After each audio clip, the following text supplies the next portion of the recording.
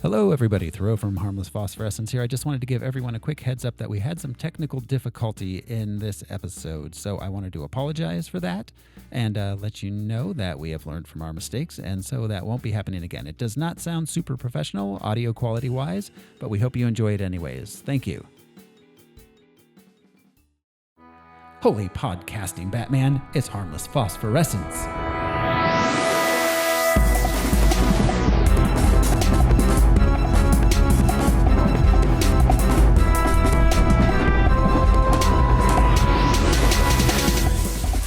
Hello, everybody. This is Harmless Phosphorescence, a superhero movie podcast. It's a roundtable discussion of every superhero movie ever made in chronological order. Live action features only, no cartoons, no serials, no TV shows. We watch the movie, gather some half-assed Google research, and break down the film, its production, its place in cinema history, and the context of the times in which it was made. I'm Thoreau Smiley. I'm joined today by Josh Cece, Brian Lesh, Thousandaire Playboy Alaric Weber. Oh, we didn't do a thing. That's all right.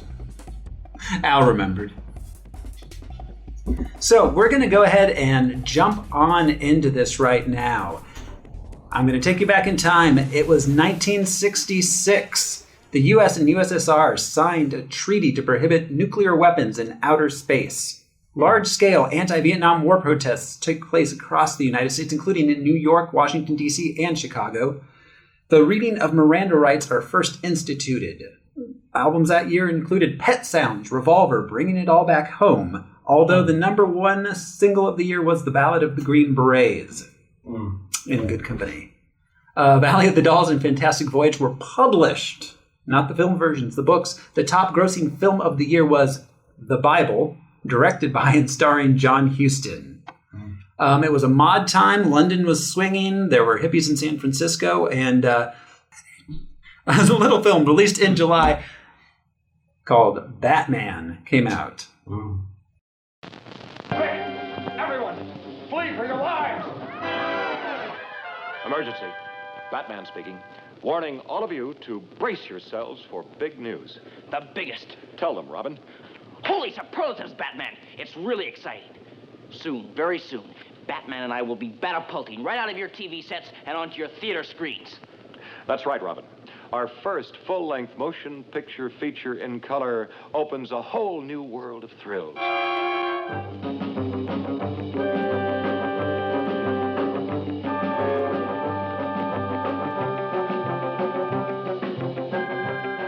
The big screen gives us more space on land, sea, and in the air to challenge the most cataclysmic collection of super criminals ever. Their minimum objective must be the entire world. And here are the dastardly villains. The Catwoman. Oh, you're going to see the perfect crime when I get Batman in my claws. The Joker. Have you heard this one? It'll kill you, Batman! The Penguin. There are two eggs this wily bird is going to scramble. Batman and Robin. The Riddler. Question. Who's going to make the feathers fly and knock Batman and Robin out of the sky? See, the new weapons in the Bat Arsenal combat the forces of evil. The Batcopter. The exploding, man-eating shark. Holy sardine! The relentless Megaton Magnet. The unholy Quartet's secret submarine. Fire one! Fire one! The Batboat in action.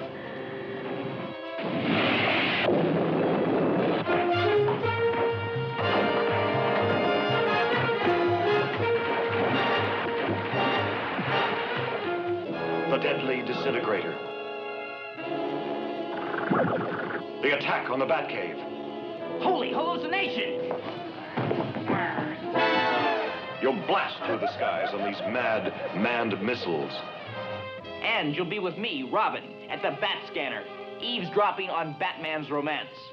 And you'll shudder at the death-dealing Polaris missiles. Brace yourself, Robin. This could be the end. And that's just a sample of the exciting exploits ahead in our first feature motion picture. Holy memoranda, folks. Make a note not to miss it. Good thinking, Robin. Yeah, and it apparently, I thought it was the culmination of the show, but I guess it came out like during the first season to try to drum up interest. Yeah, it actually. In the show. Yeah, it came out between the first and second seasons. Yeah. So, we're gonna get into that, but first let's talk a little bit about the history of Batman.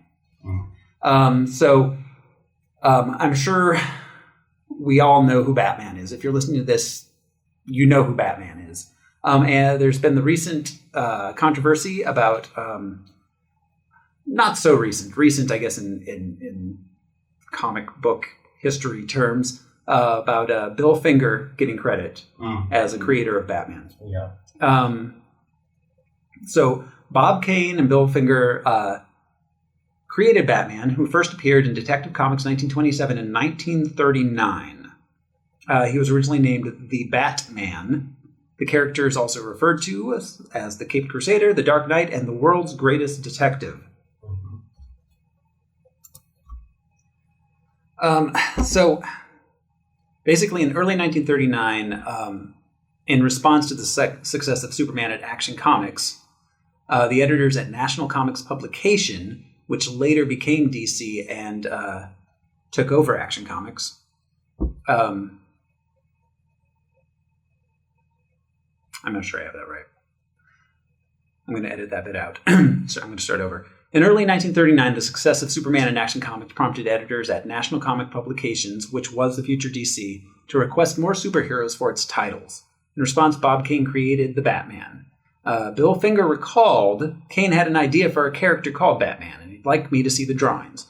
I went over to Kane's, and he had drawn a character who looked very much like Superman, with kind of reddish tights, boots, no gloves, no gauntlets, and a small domino mask swinging on a rope.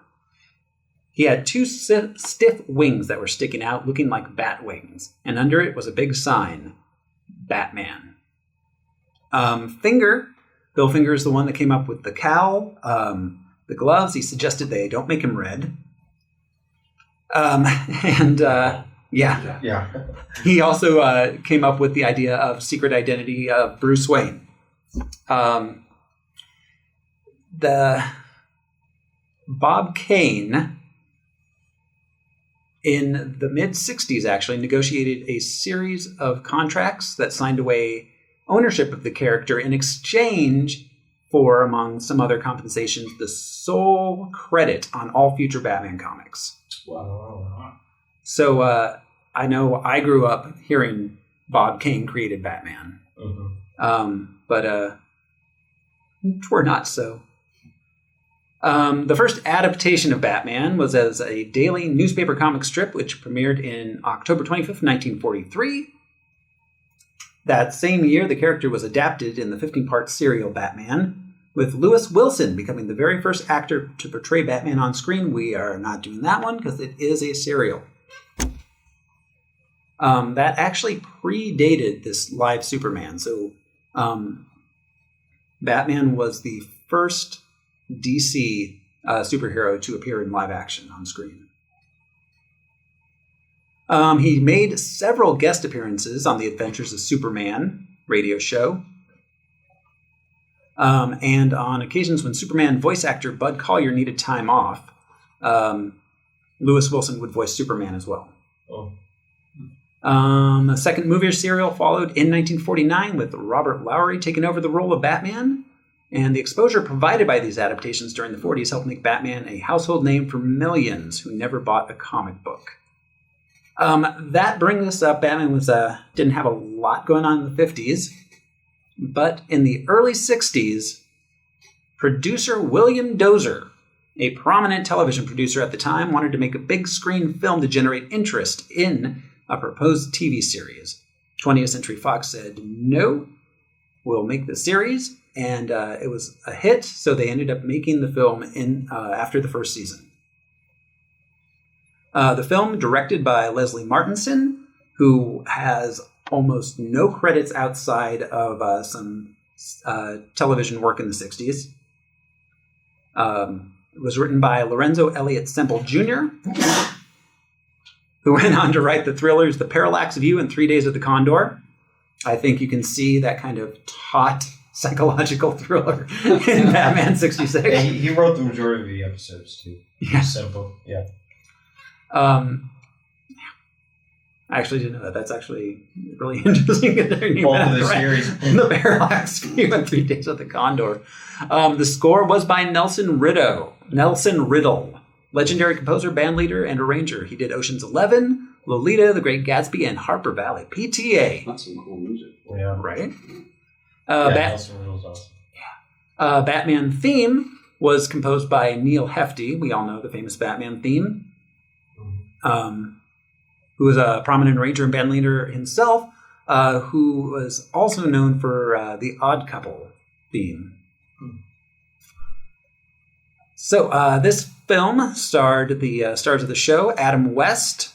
The show was his big break. He previously worked on a number of B movies and with the Three Stooges in The Outlaws Is Coming.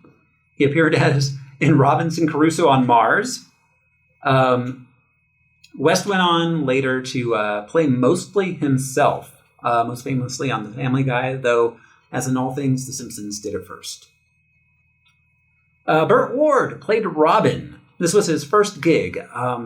He never really escaped the role, though he was fairly prolific in a string of B movies, including, here we go, guys, Scream, Evelyn Scream, Dune Buggy Driver, High School USA, Fire in the Night, The Underachievers, Robot Ninja. Those are a few other Batman documentaries. Smooth Talker, Kill Crazy, The Girl I Want, Cyber Chick, in which he played Harry Truman. Harry Truman Hodgkins. Oh, Harry Truman Hodgkins, yes. Virgin High, Hot Under the Collar, in which he played the Pope. Like the Catholic Pope? I would. Is there another? Can we start a new podcast where we just review Burt Ward? Right? I know, right? That sounds great. Yeah. These all sound amazing. And Cyber Chick, that can't be that old. Cyber wasn't really... Yeah, 1990. Beach Babes from Beyond, The Dwelling, Reverse Heaven, Karate Raider, Assault of the Party Nerds 2, The Heavy Petting Detective, Alien Force, and Moving Targets. Do we have a percentage of how many of those were direct to home video? I would assume all Okay. is the percentage. So before we get into the film itself, I was able to find one. I looked for Superman and the Mole Man. I wasn't able to find any, but I was able to find one era appropriate review. This is from the Cleveland Press, August 11th, 1966. Tony Mastrioni writes, The Batman series was the biggest non-dramatic drama series of last year's television season, so it is only fitting that Batman is the biggest non-movie of the current motion picture offerings. As befits a movie of this non-caliber, it stars the world's most popular non-actor, Adam West, as the Caped Crusader. Big screen, color, and length doesn't make this any better, only more exhausting. Wow. Ohio was not dead. So some mixed feelings there from Tony Mastrioni. Well, it's great. There's a disclaimer right in the beginning of this movie that tells you it's going to be ridiculous and, silly. Yeah. Yeah, no. The entire bit about the lovers and no. Yeah. It was dedicated to fun lovers everywhere. Exactly. Yeah. Mm-hmm. And any lovers that were missed, they apologize. I absolutely loved the credit sequence. It was super stylish and like mod neo, like just awesome. Yeah, it reminded me of like a Bernard Herrmann, Alfred Hitchcock type title sequence. There, you know what? There was very much like some Hitchcock. Hitchcock was all over this film. No, I'm not joking. Like I could see the influence of Hitchcock all over this, as well as like there's like a lot of third man going on in it. Yeah. There was the running guy in the trench coat who was not a character. in the movie at all, but he got a lot of the time in the credits. Yeah, he really did, didn't he? Just trench coat guy running. Random Gotham villain. Yeah.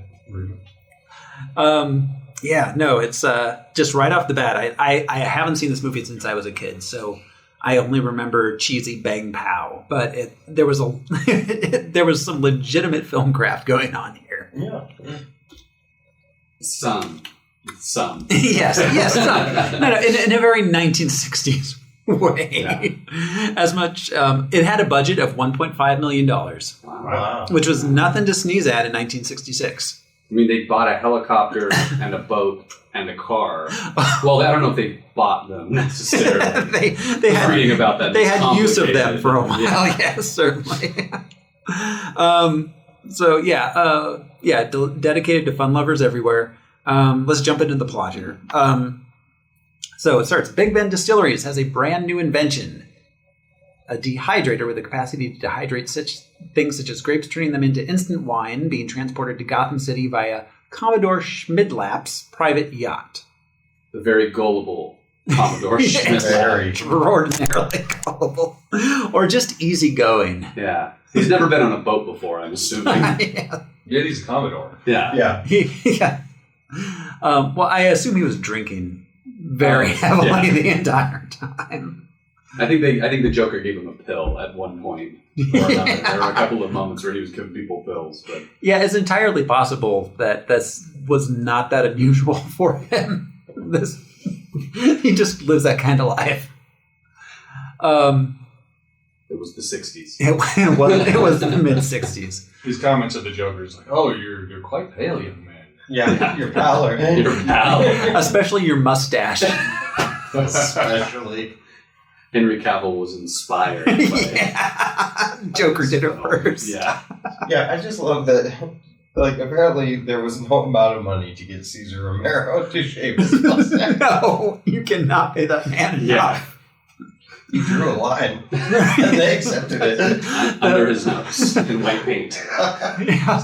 And am I wrong in that the Riddler has an amazing fashion sense? Like the suit he was wearing with like the vest, and then like he had the pink like cummerbund belt thing going on. Yeah, and Frank Gorshin is just killing it. Oh yeah.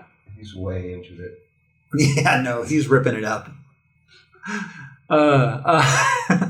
All of the villains are just carried. The Rogues Gallery. Man, yeah. That put any modern comic book movie to shame, just having them all be so big. Yeah. Mm-hmm. And every single scene they had, I loved the Dutch angles. Yeah. Yeah. Oh, God. Yeah. There's the Hitchcock. Seriously. Uh-huh. The moment they're on screen, it's just got to turn your head. Yeah. Strangers on a sub. Exchanging glances.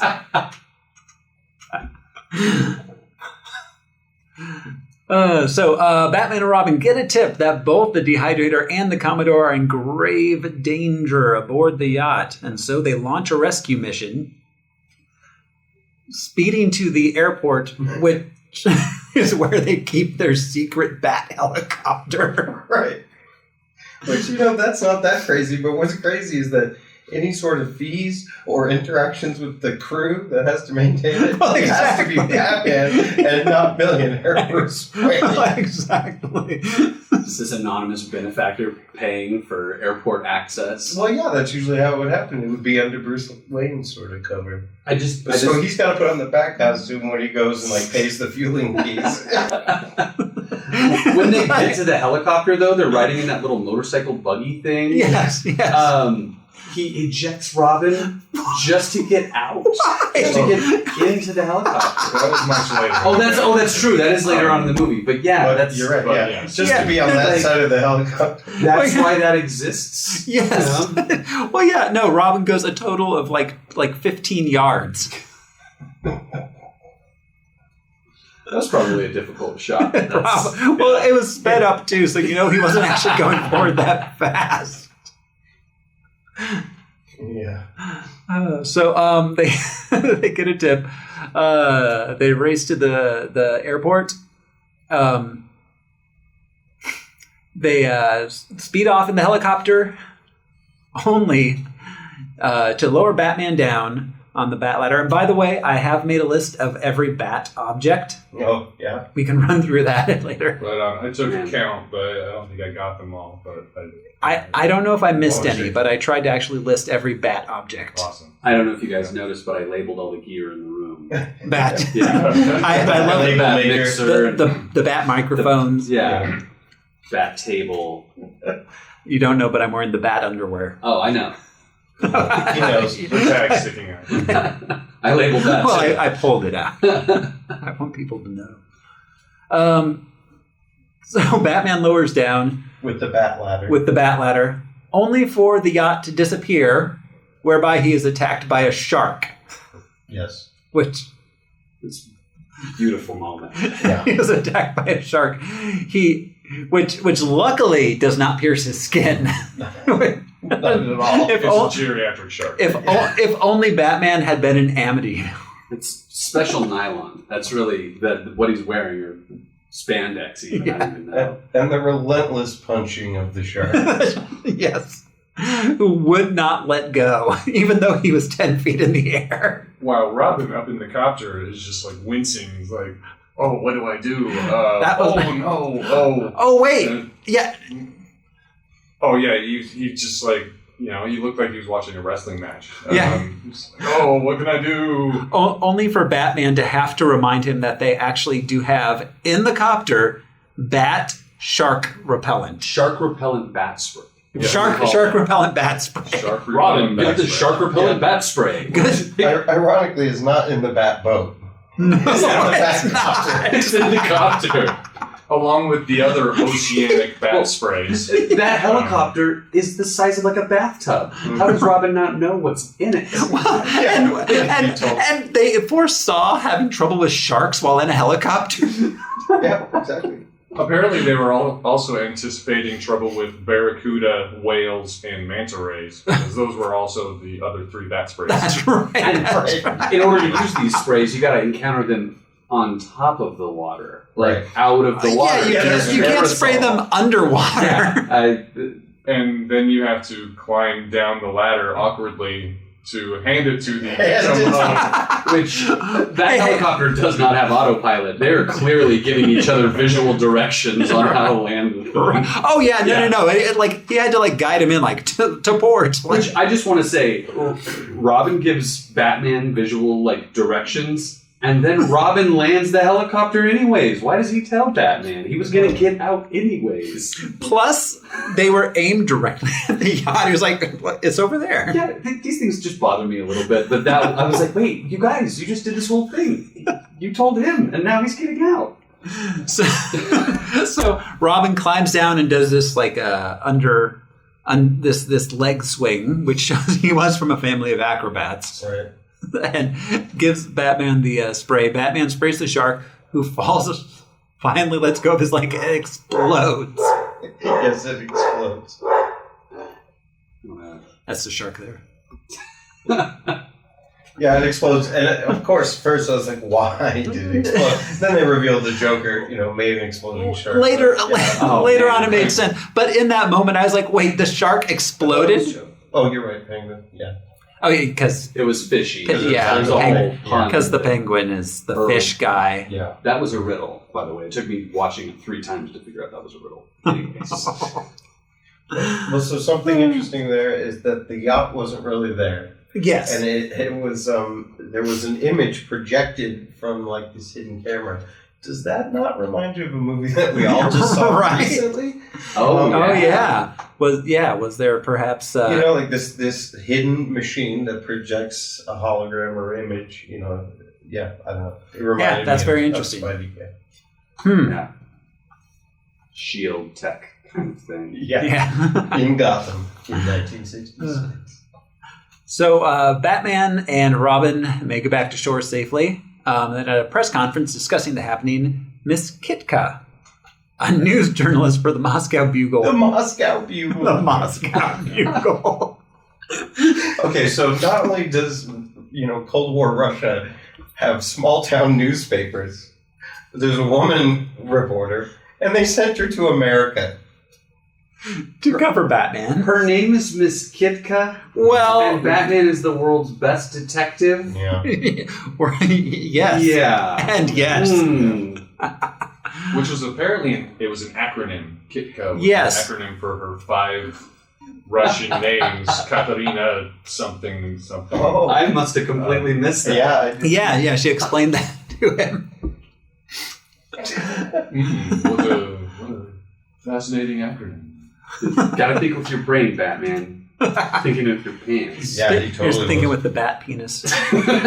He's got it labeled and everything, man. Well, everything is signed, so yeah. Can we address the press conference really quick? Oh, yes. Seriously. Yeah. Yes. Up until this point, I mean, I guess I've forgotten about this movie a little bit, but Batman in my mind is a vigilante, and okay, Commissioner Gordon helps him out a little bit, but they take off in the Batcopter, and there are a bunch of babes in bikinis on top of a building jumping up and down Yes. and waving at him, Yeah. and 4 cops are walking by, and they take their hats off in salute to the dynamic duo flying by. And then they hold a press conference. Yeah. Apparently everybody in Gotham loves the Batman. Yeah. Yeah, they do. Well, and they love the police. I mean, Yeah. they yeah. really Oh, love yeah. the police. Oh, yeah. The commissioner says they're sanctioned members of the... Fully They're deputized. fully deputized. They're cops, essentially. And Robin is the one who ends the press conference. As it starts to get a little heated in there, what does he say? Like, well, we just love and appreciate our police. And Batman says, like, and that's where we're going to end it. No. So, Kitka tries to take off his cowl, and she mocks the vigilantes. Yeah, that's her straightforward Russian First question. Just like, take off your mask. Because a guy wearing a mask. Yeah. Well, and then Batman goes on, it takes a moment to explain the virtues of capitalism to her. Yeah. Calls himself a capitalist. Yeah. Yes. Yep. Well, I mean, he's a millionaire. Yeah, he is one. But He's a millionaire industrialist. General public, what does Batman do for money? Well, yeah. Is he There's like robbing criminals? I mean, that's not capitalism. I don't know. Right. Well, I That's mean, just another clue that he's Bruce Wayne. Right. He's not very good at Where hiding does he his get those identity. wonderful toys? Like a ladder. He just labeled it so people would return it if they borrowed it. That's Yeah, why exactly. I do the same thing, and I'm not Batman. But where do you return the Bat Ladder if you find it? Go to the police and turn on the news signal, and he comes back. is there a bat lost and found? There must be. The Bat Lending Library. The little bat library in like upscale suburban neighborhoods. Not out front of Bruce Wayne's house, though, because that's way too obvious. Yeah, God forbid. He's In this movie, obvious. That's where the library is.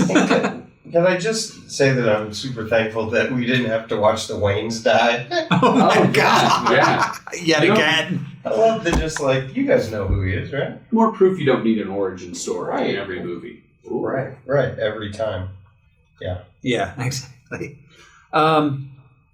After the conference has ended, Batman, Robin, Commissioner Gordon, and Chief O'Hara deduce in a sequence that proves he's the world's greatest detective Oh, man. that the one who set up the tip could be one of the 4 most powerful villains ever. The Penguin, the Joker, the Riddler, and Catwoman, who are all on the loose and could have joined forces. Right, so, so he asks, like, which villains are on the loose. So he's Batman. That's his whole job, right? Right. And so it's all of them. And I don't know if anybody noticed. They weren't like mugshots. It's like they were taken at brunch or something. There's this like ornate wallpaper behind each of them. Like green and white. Glamour shots for each one of them. Yeah. They went down to JCPenney. Right. Not dossier photos. Not at all.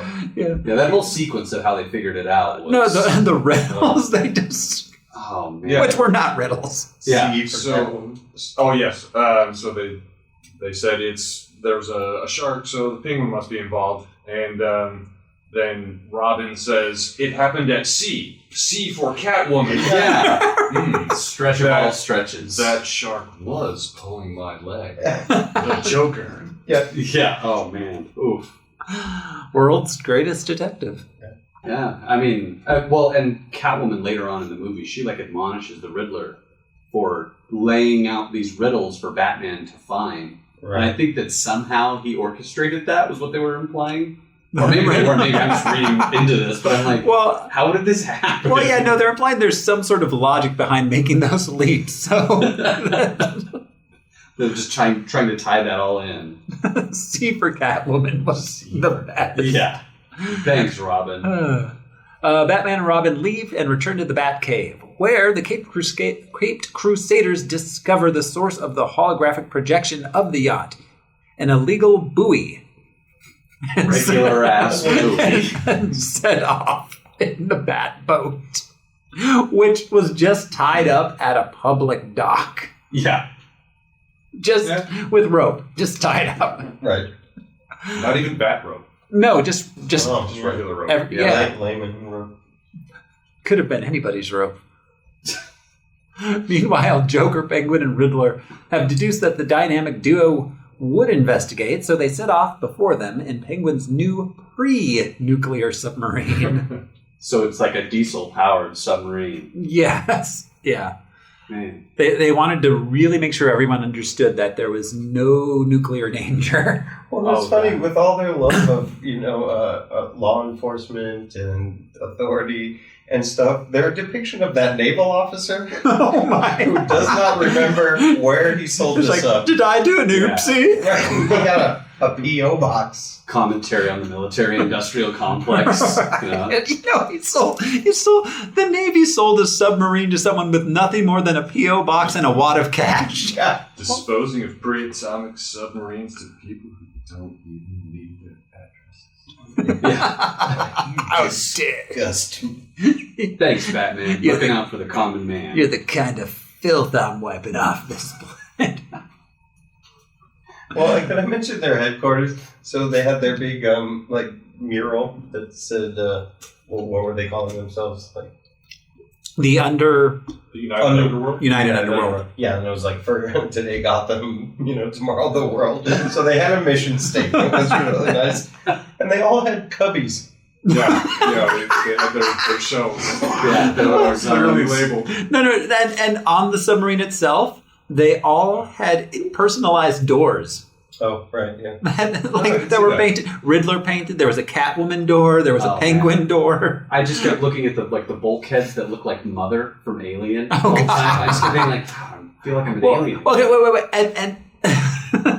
And the submarine, the Navy sold it to him last week. Yes. Which means he did all that personalization so fast. Yeah, he painted the outside, put those big The fins, yeah, the penguin The feet. paddle feet, Yeah. instead of the propellers. Penguin does not mess That around. was an MTV Pimp My Ride exclusive, I'm sure. The penguin periscope.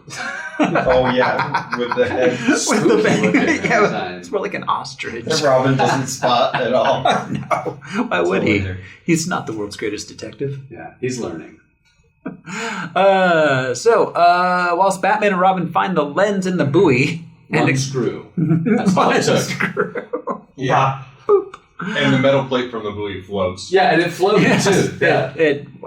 Well, It's a soundstage. yeah, no, there was definitely points where if you looked in the background of the ocean, you could see the water lapping off the back of the tank. That's why I was surprised with the budget, because clearly they made half of this movie on the back water tank. Oh yeah, I mean, a quarter of the budget probably went for that helicopter and the boat and the car. Yeah, you're yeah.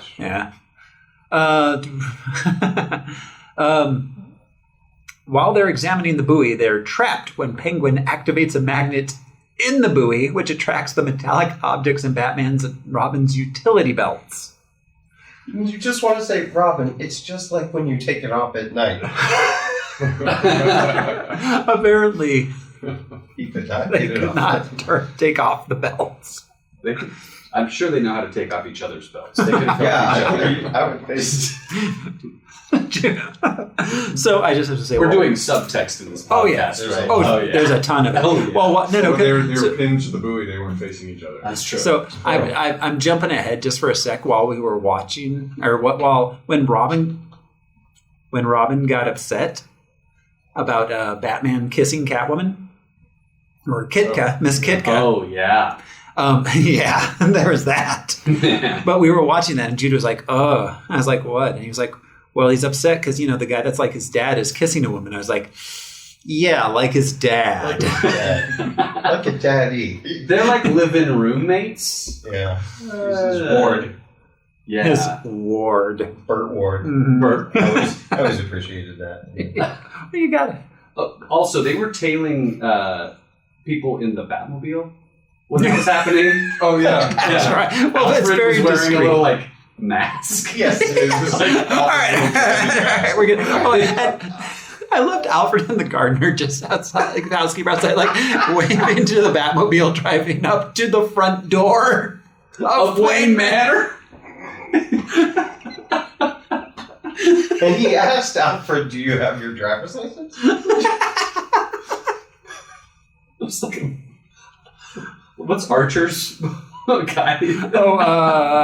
Woodhouse. Woodhouse. This is the most Woodhouse I've ever seen. Oh, Alfred. my Lord. Just kind of useless. Well, there are only two reasons to ask that question. One, if you didn't know that Alfred could drive, yet this man raised him since he was a child. And secondly, in case you get pulled over, because he's in the Batmobile with a little eye mask on. I mean, the Batmobile is one of those like friends and family of law enforcement stickers. You're not going to get pulled over. Like, have you got your license, Alfred? Because I'm baked. Can't drive through Gotham. It's a trap. All right. So they're trapped on the buoy by magnets. Oh. The Penguin has Joker fire torpedoes at the buoy. However, using a device which reverses the polarity of objects using, I'm sure somebody wrote this down. What was it? super energy. Super energy. Yeah, that's the best It kind. was the super energy reverse polarizer, Oh, yes. but it wasn't the super energy back reverse polarizer. No, they're... Yeah. It's a generic off-the-shelf item. The Exactly. Penguin knew it. Yeah, that's The true. Penguin says, like, oh, he must have one of these generic reverse polarizer things. Is that what makes something bad if he makes it himself rather than purchase I it? think so. Yeah. Ooh, they're all handcrafted tools. That latter is... Yeah. Yeah, exactly. Now I feel differently. Yeah, made in America I've been won by a over. millionaire.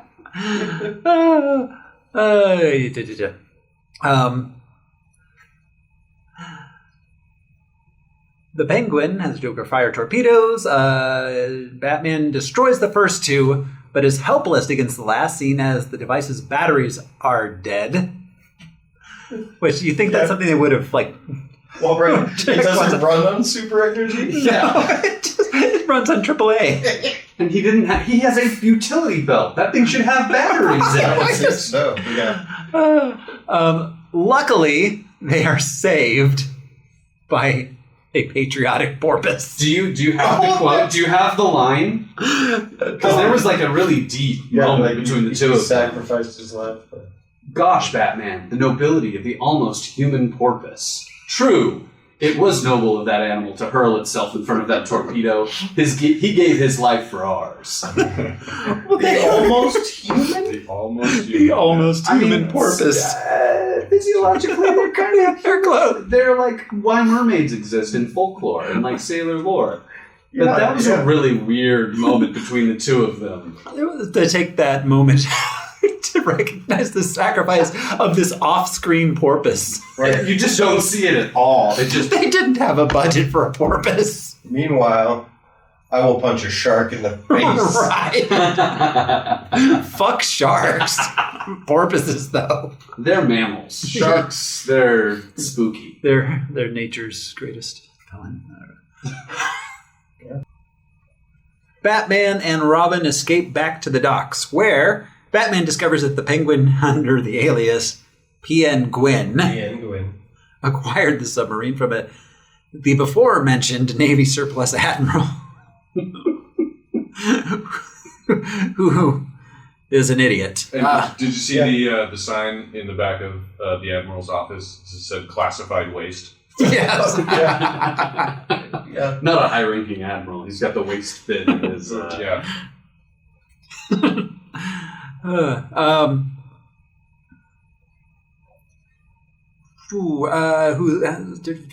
And then suddenly the Riddler shoots a missile into the sky from the submarine, which reveals skywriting. The skywriting of another 2 riddles. And that was like an ICBM or something that he Yeah. launched. A Polaris missile. Yeah, I mean, like... So if they have these missiles, they have a submarine. That, like, what is, like, this is the most convoluted plan ever to achieve much less than you already have. Well, I didn't make the connection that you'd said about it being pre-atomic, which reduces the risk of it being, or the fear of it being a nuclear attack from these villains, but those are like nuclear weapons? Yeah. And the pre-atomic means it's just a diesel engine? Yeah, because the subs run on atomic... yeah, the nuclear sub's the modern... workforce of the Navy. Yeah, the Polaris missile was a 2-stage solid-fuel nuclear-armed submarine-launched ballistic missile. Jesus. Does it say range on there? Is it a IR or ICBM? It is a... Oh, just maybe short range. Yeah, if it's submarines, you park them, you park them outside of Gotham. And let loose. And write messages in the sky with them. Served until 1996. I love all the gear in this movie. That's my favorite part of all this was like, what? Why on earth? Like, why that missile? Why not just like a fake missile? Well, that missile, because that's what they had stock footage Why not of. a flying umbrella, flying umbrellas. Oh, the flying umbrellas. Yeah. Well, we'll get to it. Yeah. We'll get to the flying umbrellas. Okay, so back at Commissioner Gordon's office, Batman, Robin, the Commissioner, and Chief O'Hara solve the riddles and are able to officially confirm... solve the riddles. Are able to officially confirm Catwoman's involvement with Penguin, Joker, and Riddler, realizing that they are plotting world domination. The heroes depart for the Batcave. Meanwhile, Penguin, Joker, Riddler, and Catwoman are part of an organization known as the United Underworld, where they devise a new plan to kill Batman. They decide to have Catwoman, disguised as Miss Kitka, lure a millionaire philanthropist back to her apartment, where they will kidnap them both and then use as bait for Batman to come and rescue, only to fall prey to a death trap consisting of Joker's Jack-in-the-Box and one of Penguin's exploding octopi. Hey, what year did Bruce Wayne become a billionaire? Was he a billionaire in 89? I don't know. No. It's a good question. Because in 66 he was only a millionaire. Yeah. It was a lot of money at the time, I guess. Right. Well, He must have been a billionaire in 89. I mean... Guess we'll find out when we watch that movie. And just to contextualize that being a lot of money, when later on somebody asks for $1 billion in the movie, so billion was still like a... Attainable. Yeah. Oh, well, I mean, that's like, the Austin Powers joke, like, $1 million. Like, that was made in that era. Mm-hmm.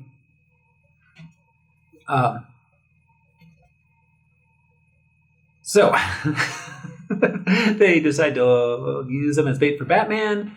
The chosen millionaire philanthropist is none other than Bruce Wayne. What a lucky happenstance. Head of the Wayne Foundation. The plan is set in motion. And nothing fools a Gothamite like an eye mask. Nothing. You put a little eye mask All on, you have to do. forget it, yeah. Did you... Even Batman. Oh, no. Yes, world's greatest detective. Especially Batman. Yeah, especially. That's true, yeah. You put an eye mask on. He got intimate with Miss Kitka, and later on encounters... I mean, it was like Lois and Superman kind of moment. Oh, yeah. She's stepping in and out of the room, and he's not picking up on it at all. And no, they got very intimate. Very. Like, I mean, as intimate as one could Yeah. be in a children's film. While drinking milk. I'm surprised he still recognized Alfred when he put on his little mask. Right. Yeah. To drive around. Like, dear God, who are you? Someone stole the Batmobile. Tut tut, Mr. Wayne. Yeah, so Miss Kitka visits Bruce Wayne at Wayne Manor. Oh, did you guys notice her eyebrows? I got to be distracted. Whenever she was Catwoman, her eyebrows were painted to go straight up in little wisps. I didn't notice that. Yeah, me neither. Huh. She visits Bruce Wayne at Wayne Manor, where she confronts him with riddles that were left at her penthouse, which is owned by the Wayne Foundation. She muses that the Riddler might have been behind it, as he hates the Wayne Foundation and anything to do with it. And seemingly her. as she may have stumbled onto his master plan. Bruce and Kitka dismiss the riddles, and set up a date for the upcoming evening as part of Bruce and her plan to lure Batman into a trap. Yeah, which they easily do. Yes, quite easily. And Robin is uptight the whole time, as we mentioned. Robin is super uncool with what's going down. Yeah, he definitely complicated things by turning off the screen. Oh, yeah, no, Robin is... Ooh, yeah, he's... Hell hath no fury. Meanwhile, another comment on Batman's lack of detective skills. I'm pretty sure Miss Kitka said perfect like 3 or 4 times. No, the number of cat and purr puns she made were way too many for the average Russian newspaper woman. She just can't help it. Yeah, she did. She just loves cats. World's greatest detective. Yeah, he's like, that's just something they do in Russia. We're cat people. They emphasize they like to roll their R's. Ours, yeah. Bruce meets up with Robin in the Batcave as Batman, and they solve the riddles left us at Miss Kitka's Wayne Foundation-owned penthouse, revealing a thread on Miss Kitka's life as she has unwittingly stumbled upon Riddler's master plan, or so it seems. However, it proves to be a trick arranged by the villains. Bruce and Kitka go out on the date later that evening, and Alfred and Robin keep close watch from the Batmobile via the micro-TV bat scanner, just in case Riddler tries to make good on his threat. I wish they had fleshed out the subplot of Robin inventing the ballpoint banana. I should have really ran with that. Right, that there was a niche in consumer needs. Precisely, Robin. It's like precisely. Precisely. Very comfortable for old. Back at Miss Kitka's apartment after the date has ended, the two started to get romantically involved, and Robin, honoring Bruce's privacy. That's what he was doing. Much to Alfred's frustration. Alfred's like, yo, I'm into this. I was like, come on, man. Turns off the bat monitor, monitoring Bruce and Kitka's every move. Batman was really getting into it. I don't think he was really acting. Yeah. He was ready for Kitka. God, they both forgot that this was a plan they were implementing. Robin's like, oh, he's on a date. I better turn off the monitor. But okay, and what was that? Batman's phoned up. They were like at a hookah lounge where they were sitting around on the floor, but with no hookahs. And French music was playing. He was drinking milk out of a wine glass. Yes. But she wasn't. No. Catwoman. She's from Russia. Simple pleasures, man. He's a millionaire. He has to sit on the floor and drink milk. He's like a... Maybe it was... He's a capitalist. Yeah, he's a capitalist, as he said a lot in that movie. Yes. Yeah. Back at Miss Kitka's apartment after the date has ended, the two start to get romantically involved. While the Bat Monitor switched off, Penguin, Joker, Riddler, and their pirate henchmen, Bluebeard, Morgan, and Ketch, ambush and kidnap Bruce and Kitka. When Robin switches the monitor back on, it seems too late to save Bruce and Kitka. Bruce manages to escape the villain's clutches after he fools them into untying him. Well, and then he flails wildly, even running himself into a wall. Well, so he explains his plan to Miss Kitka, like when they're in the bedroom, and with no thought that perhaps they might be listening in. Maybe they're not going to give us complete privacy. 3 of the world's greatest criminals. And they were using a secret microphone. Yes. Like a very secret microphone. Very secret. It's a very secret microphone. We might need to listen in. When he flails around, what does he say? I'm going to rend you limb from limb. That's exactly that. Yeah, like, wow, that's very Shakespearean almost. I'll kill you all, I'll rend you limb from limb. I thought Batman didn't kill. And this is like colorful, bright colored Batman. This is California Batman. Oh, yeah. Earlier, he also used the phrase, I'll bash him brutally. Yeah. No. For the first time ever in my life, I'm picturing Gotham on the West Coast. Yeah. Just outside of LA, you know. Yeah, it's beautiful. You know, it's sunny Gotham. Yeah.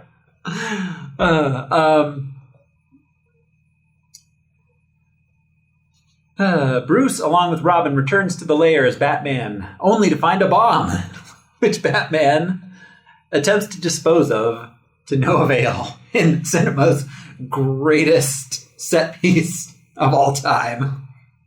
Someday. Oh, Pause.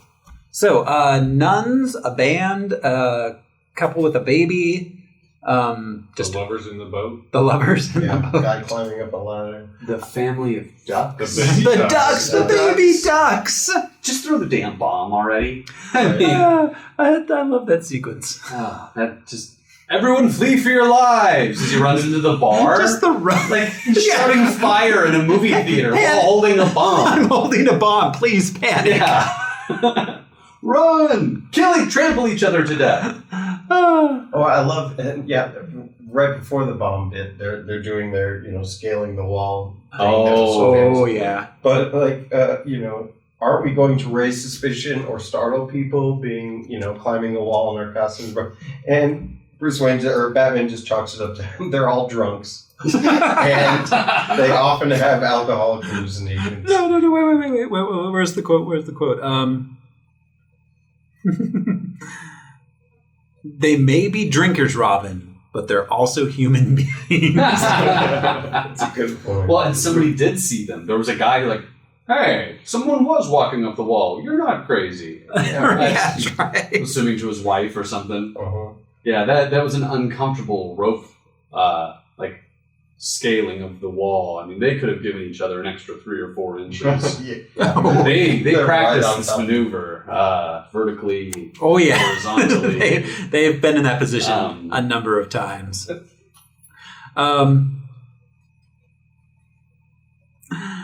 So Batman finally throws the bomb into the air and shields himself behind some heavy metal pipes, industrial iron pipes, because no bomb could possibly damage pipes Yeah, or metal. or It's, metal of any sort.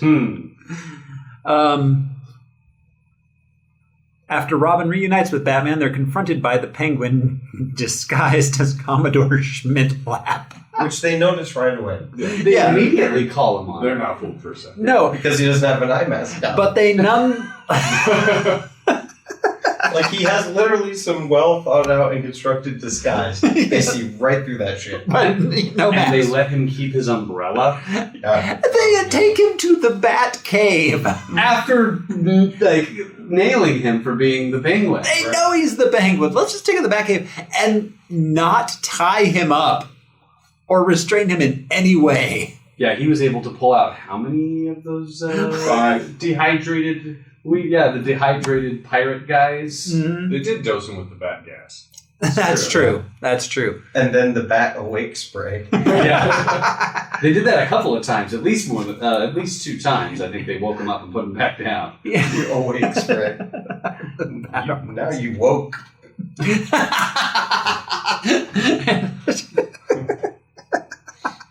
Just like Antifa.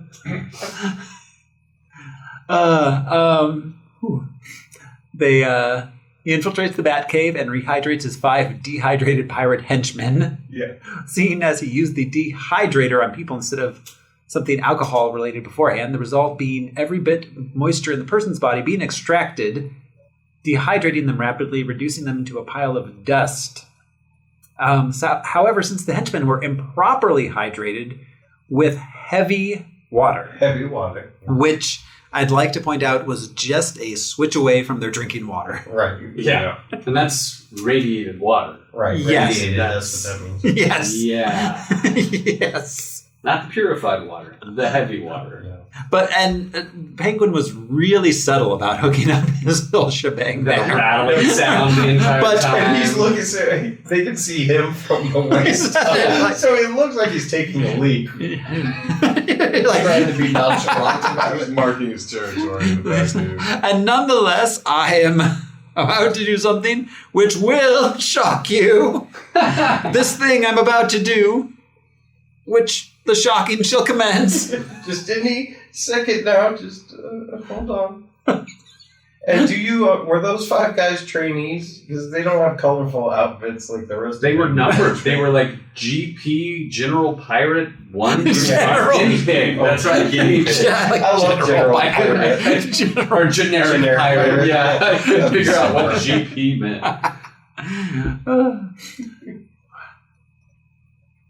Their biological structure was highly unstable.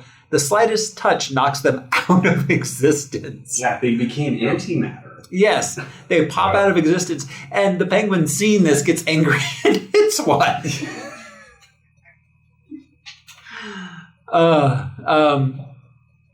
The Penguin then hijacks the Batmobile. Well, they knock the Penguin out. They're going to take him. Well, they fool him into thinking that they now believe he is That's the real Commodore Schmidlap. That's right. That's right. Obviously, he's been hypnotized. Which until And they took those pills, so the Penguin's that's spray right. can. That's right. Counteract the Penguin gas. Penguin Take one of gas. these. Spray him with this. Take one of these. They're really into drugs. Yeah. Like drugs to stop things, was drugs to make. Yeah, it was. Yeah. The Penguin hijacks the Batmobile in order to meet up with the other villains at the United Worlds building in a bid to dehydrate the United World Security Council members, using the dehydrator to hold the entire world for ransom.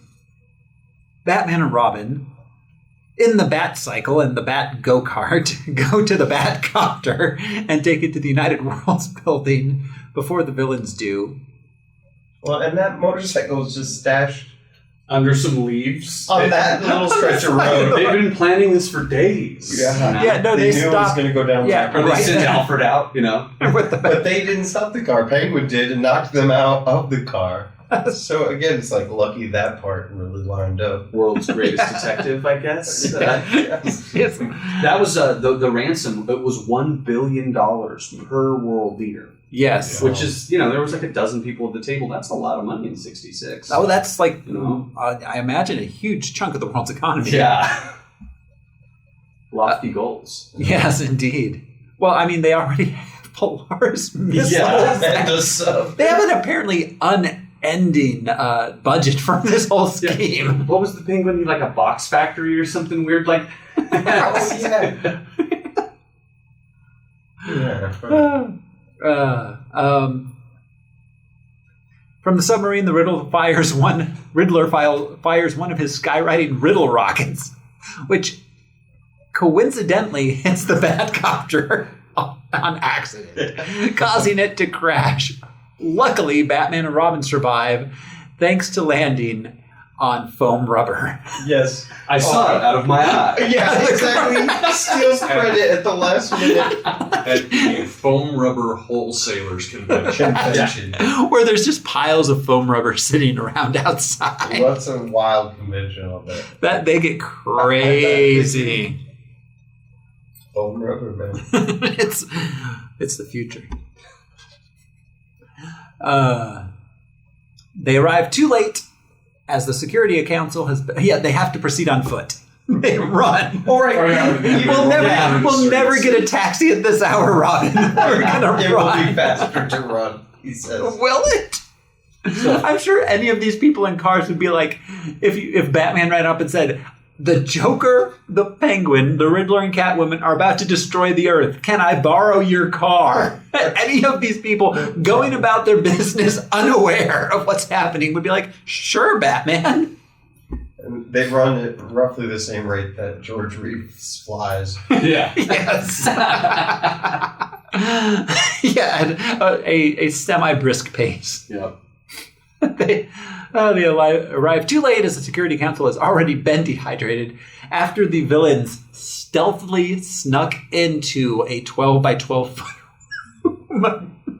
They were tiptoeing in. Yeah. And dehydrate the 9 members of the council one by one. And not a single one notices as they go down the line. As they're arguing. Yeah, they were too There busy are, arguing. yeah, it's like, but when it comes down to the last one, like, what about him? He's like, wait, who am I arguing with? There's nobody here anymore. Oh, wait, 4 supervillains. If only I looked up earlier. If only I wasn't taken down by my own hubris. That's my last words. All the little piles of the Security Council were colorful, whereas Right? the guinea pig pirates were just Great. Yeah. I think that says a lot about henchmen and how they're treated. yeah, well, Unionized. was maybe the more the loftier your goals, the more colorful your pile of dust. Do they have to pay for their own like colorful uniforms or little pirate outfits? Yeah. Yeah. How do you run a henchman team? Let's see. The villains escape upon gassing the building's guards, fleeing in the submarine.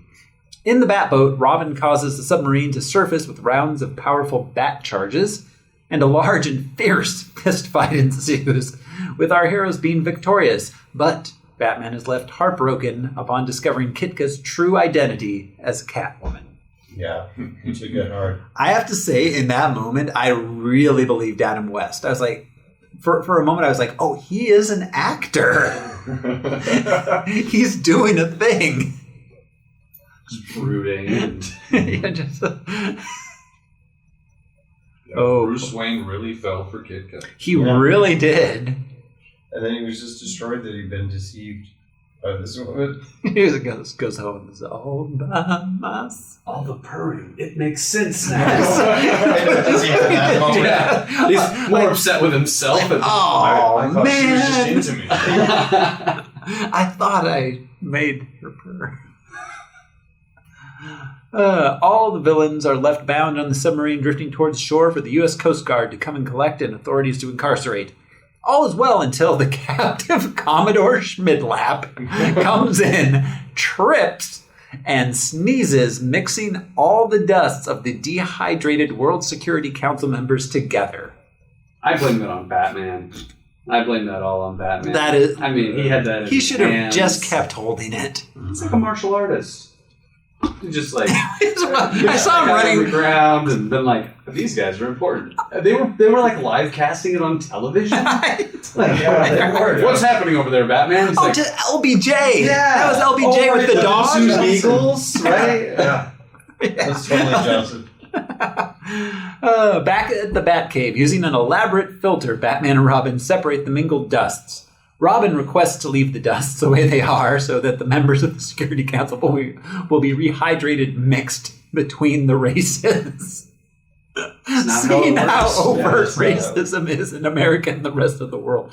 This happening possibly setting an example. His requests are denied, however, at the United Worlds building. However, they are soon, in fact, ironically, fulfilled in a way when the members of the United World Security Council are rehydrated with mixed languages. Yeah, just the language. Yeah. Well, I mean, I took it to mean like their minds were in each other's bodies. Sure. Eh. They're not world's greatest scientists. They didn't do their job right. They also weren't the world's greatest diplomats because they were all arguing for peace. Right. Right. Yeah, they were all saying peace. They were all saying peace. It's so important. Peace, peace. That's all we need is peace. Right. But just in different languages. Except for like the Americans and the English could obviously understand each other. Why were they? Right. Why Yeah. couldn't they figure And it out? again, The experiment didn't work. and Russia was invited to the table. That's so mind blowing to me how cool they were with Russia. in Yeah, the 1966. USSR. Oh, yeah. Just- Yeah, things weren't as bad just yet, despite the Cuban Missile Crisis being like 3 years earlier. Right. Batman's final words on the matter is that this mixing of minds is perhaps for the best. As they back out the door. They sneak out the They window. Sneak out the window Right, and yes. That- climb down the building. Let's go. But inconspicuously. Yeah. Through the window. Through the window. Hopefully, We'll use our bathrooms. hopefully, no one will remember this is our fault. Right, exactly. Yeah, weird. They should have like a puff of smoke or something. Poof! And then gone out the window. Yeah. Exactly. That would later become Batman demo. Yeah, Right. yeah. This was a learning experience. Then after this, he got the smoke bombs. He was playing with it the away. in the big leagues this time. You know? It's like, whoa, the world. What were they called again? The world. The world. United World Security Council. Yeah. Sounds serious. So yeah, that's it. That's the movie. A few random notes I have. When they were putting the Security Council people back together, they were wearing gloves over their gloves. Yeah. And masks over their masks. Yeah. Mm-hmm. Well, I mean, the surgical masks, Right. not masks. But Batman didn't bother to take off his cowl No. in order to right. perform this scientific procedure, because I guess he and Robin have to wear their costumes in the Batcave. Yeah, that's Right. That was his science cowl. Well, because- different right, cowls yes, for yes. different. Well, there's no way to get into the Batcave without putting the costume on, because when they slide down the pole, there's the automatic costumer. Oh no, Yeah. but it's not automatic. They have to flip a the switch. lever Oh, that's right. to Yeah. go down. So you could slide down and not go through the costume change if you didn't hit the lever. Or you can put in different outfits, right? You know, Yeah. I'm going to my first communion. Switch. I'm going to dress like a chef tonight. Yeah, exactly. Costume party. I'm Liberace. Yes, he is. Yes, he is. Let's see. They used a garden hose. Yeah, the garden. Yeah, to fill the tank that rehydrated everything. Yes. Oh, yeah. The common garden hose. Yes. Catwoman's bra was dangerous. Did you see how pointy that thing Oh, was? yeah. It had angles on it. Yeah. I looked up because there were 3 Catwomen. Right. Mm. This was Lee Merriweather. This was Lee Merriweather, Eartha Kitt, and Julie Newmar. Yeah. And they all pretty much had the same costume with the same dangerous bras. Yeah. Lee Merriweather was Lily Munster. Oh, yes. Yeah. In the Munsters or in Munsters Today No, from in- 1989? No, in the Munsters, the original Munsters. The original. Okay. Deep cutout. Yeah. Al's a real Munsters fan. That poor cat on that submarine fight that they were just Yeah. tossing her around. Yeah. Tossing the cat around. Batman had the most respect for the cat and was fighting with the With cat. the cat. Not punching with the cat, not throwing the cat at anybody. And eventually puts it in the raft. And Yeah. Yeah. and That's right. It says, says, Bon voyage, pussy. That's fantastic. Woo. Which is then one of my other favorite lines is, "It's filled with human jetsam." Oh, yeah. I missed that. Not flotsam. Just the jetsam. Just the jetsam. I wouldn't touch that if I were you. At one point, when Batman's coming, when they think the sub's going to explode, the Penguin is just straight up ready to die. It's like, no, we're gonna explode the whole thing. He was quoting like Benjamin Franklin the whole time. I was just reading about it online, and there's like a bunch of crazy. We shall hang together, or most assuredly, we shall all hang separately. Yeah. He says that, and that's a Franklin quote. That's a famous Yeah, and there's like a John Paul Jones quote. So he's like a big Revolutionary War buff, I guess. Yeah. Wow. And fish. He's into the American And lots of fish stashed everywhere. So he had a line that excuse me, that I liked when Catwoman was putting the dehydrated guinea pigs into the separate vials. Yeah, like sweeping them. Careful, every one of them has a mother. Yes. Meanwhile, she This is is great. just dumping it on the dust carpet. everywhere. Yeah. Not careful at all. Well, and there was definitely some sexism in, hey, Catwoman, go get the broom. Oh, yeah. The Riddler is laying on the ground doing nothing. And earlier there was another one where like the guys are stepping out and they're like, Catwoman, take care of the lair. Yeah. Yep. Oh, yeah. No. Did you notice in every fight scene, she just stood to the side and encouraged the men? There was a moment when Yeah. she was Katya, what's her name? Kitka? Kitka, and she was like making cat noises, and like, oh, I have to keep it together. I'm acting like a lady, not a cat That's lady. right. Layers upon layers. Yeah. Acting. It was really, there were some moments there where she was definitely being held out of those weird engagements. Well, Oh, yeah. and she makes 75 cents an hour less than the other. I mean, it was 66. She was probably making a lot less than 75 cents on the dollar. Yeah. Well, and other than the Batman's maid who had no lines, the housekeeper, she was the only female character. That's true. Oh yeah. I mean, In the those entire- nuns, they were on screen a couple of times. They almost count as characters. Almost, yeah. The women eating in the bar. Oh, yeah. Oh, yeah. That wouldn't leave there. That Just, wasn't me, despite the fact they were being a bomb. And it totally reminded me of the bar in Airplane. oh, yeah. Yeah, it's just like the lowliest of the low. It's like a Where's den of Waldo iniquity. Yeah. sequence, like, pause. It was like, what's the tough bar in SpongeBob? Right. Closer to that. Yeah, but the two ladies eating crab legs. Totally up phase. Yeah, just like, yeah, bombs, we've been there. So see, it's a chick movie. Totally. Representation was not, Yeah, that's not really done well in this movie. Pass the Bechdel. it's going to be a while till we get to one of these that passes the Bechdel test. I'm going to refer back to the group of bikini babes on top of the building, jumping up and down, waving at the Batcopter. Batman groupies. Yeah, the Batman groupies. Yeah. Who just individually labeled. Yeah. Yeah, they just party on top of roofs in hopes of seeing the Batcopter fly by. And there was one guy up there, like their handler or something. Well, the smartest guy in Gotham. The Bat Pimp. So there's some weird stuff. There's one thing that I wanted to say about this that I was like reading about online because again all the gear was crazy. The Batcopter, they had like 12 hours of filming with it, and every Batcopter sequence in the TV show is from the filming of this movie. Oh, interesting. So they got it for about 12 hours, and they like leased it for 12 hours, which that sounds terrible as far as price goes. But yeah, then they never could get it back for more than like a couple hours at a time for anything, not even to film with. Interesting. The boat, though, is the crazy thing.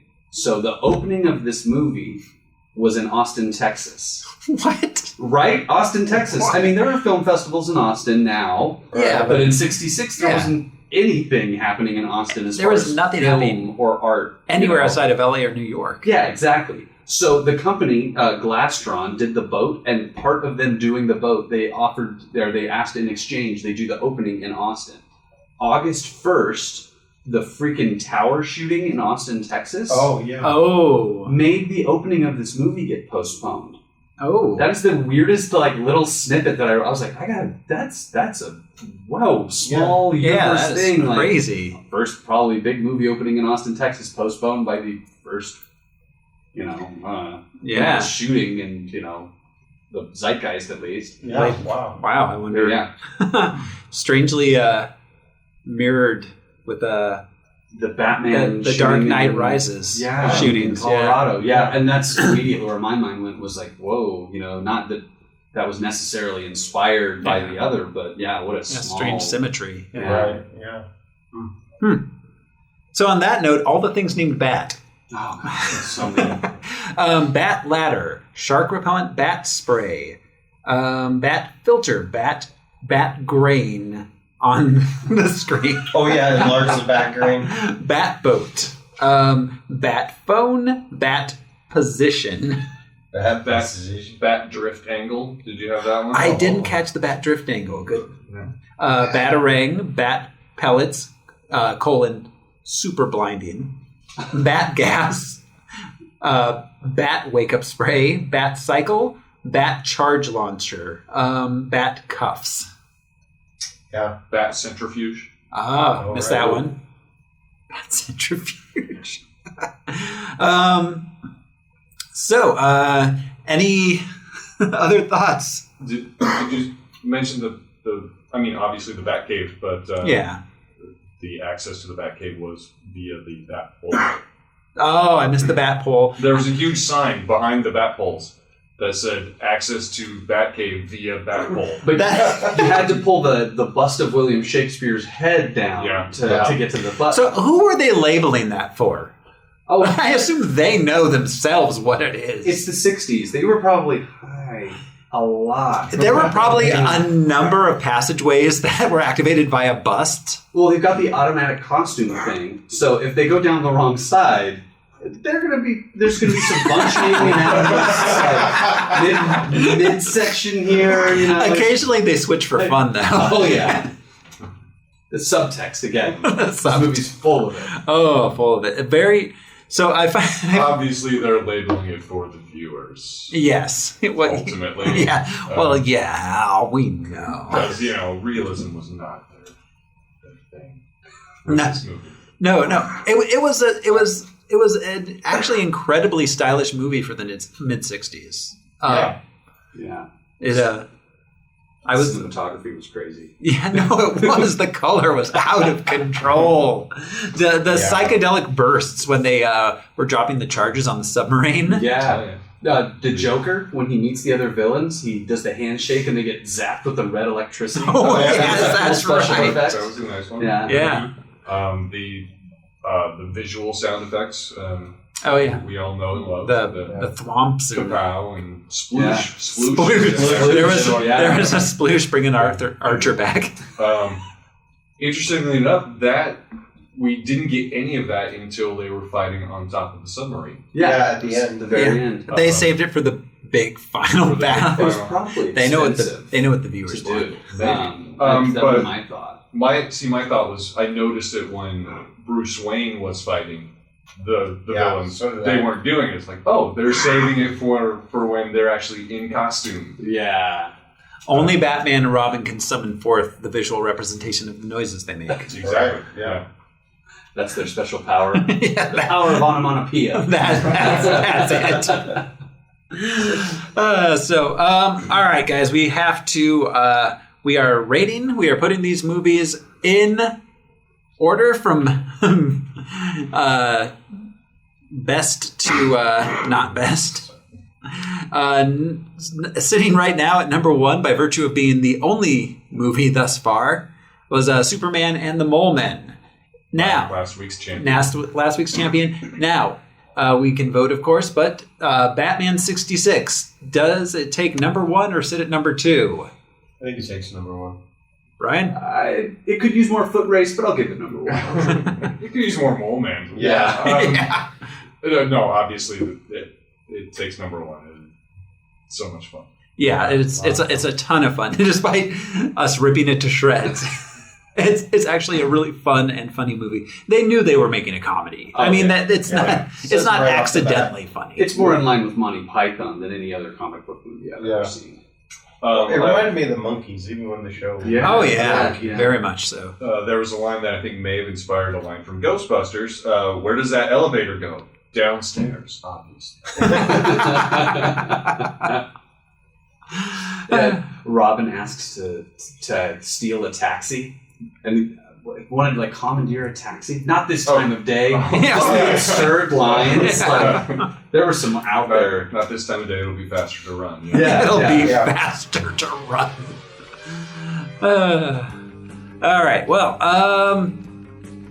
how many Mole Men does it get? On what scale? Out of 2. Or no, 3 Mole Men. On a scale, there's only 3. Yeah, on a scale of 0 to 3 Mole Men. I give it 3 Mole Men.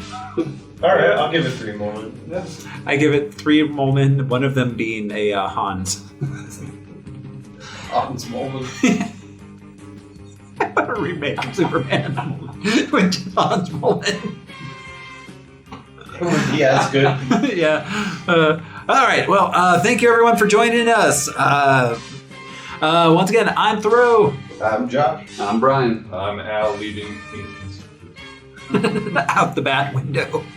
Let's get rehydrated.